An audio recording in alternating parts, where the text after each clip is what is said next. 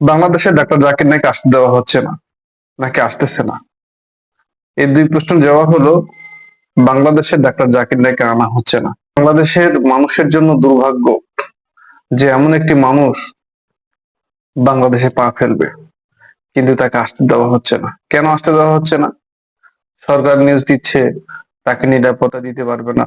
হ্যাঁ, বাংলাদেশের মানুষ ওই পরিমাণ ধৈর্যশীল না।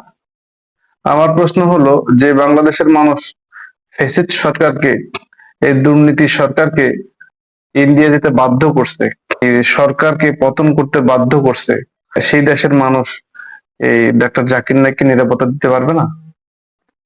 অবশ্যই পারবে। ডাক্তার ইউনূস হচ্ছে একজন দালাল।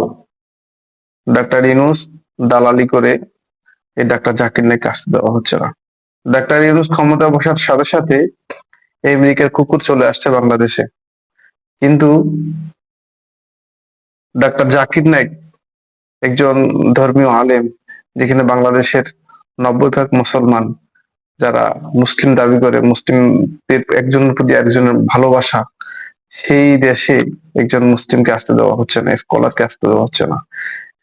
ডাক্তার জাকির নাইক পুরো বাংলাদেশের মানুষের জন্য একটা রহমত স্বরূপ ছিল, কিন্তু ডক্টর জাকির নাইককে আসতে দেওয়া হচ্ছে না। কেন আসতে দেওয়া হচ্ছে না? এর পিছনে বড় হাত হচ্ছে ইন্ডিয়া। ডাক্তার ইউনূস সরকারও কিন্তু ইন্ডিয়ার দালালি করতেছে, রয়ের এজেন্ট হিসেবে কাজ করতেছে, পাশাপাশি আমেরিকার দালালি করতেছে। বাংলাদেশের মানুষের জন্য দুর্ভাগ্য জীবন, আরো জীবন আসতেছে। গাজা ফিলিস্তিনের মতো জীবন আমাদের দেশেও আসবে। একটু অপেক্ষা করুন।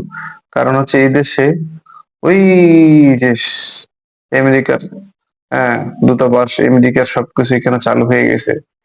কারণ ওরা যেই দেশেই আসছে সেই দেশেই যুদ্ধ বিগ্রহ লেগে গেছে। এই মানবিক করিডোর, এগুলো হচ্ছে শয়তানের করিডোর।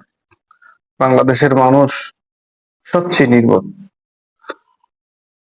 ডাক্তার জাকির নাইককে আসতে দেওয়া হচ্ছে না বাংলাদেশে, সবচেয়ে কষ্টদায়ক ব্যাপার। আমার কাছে খুব কষ্ট লাগলো। আপনাদের কাছে কি লেগেছে জানি না।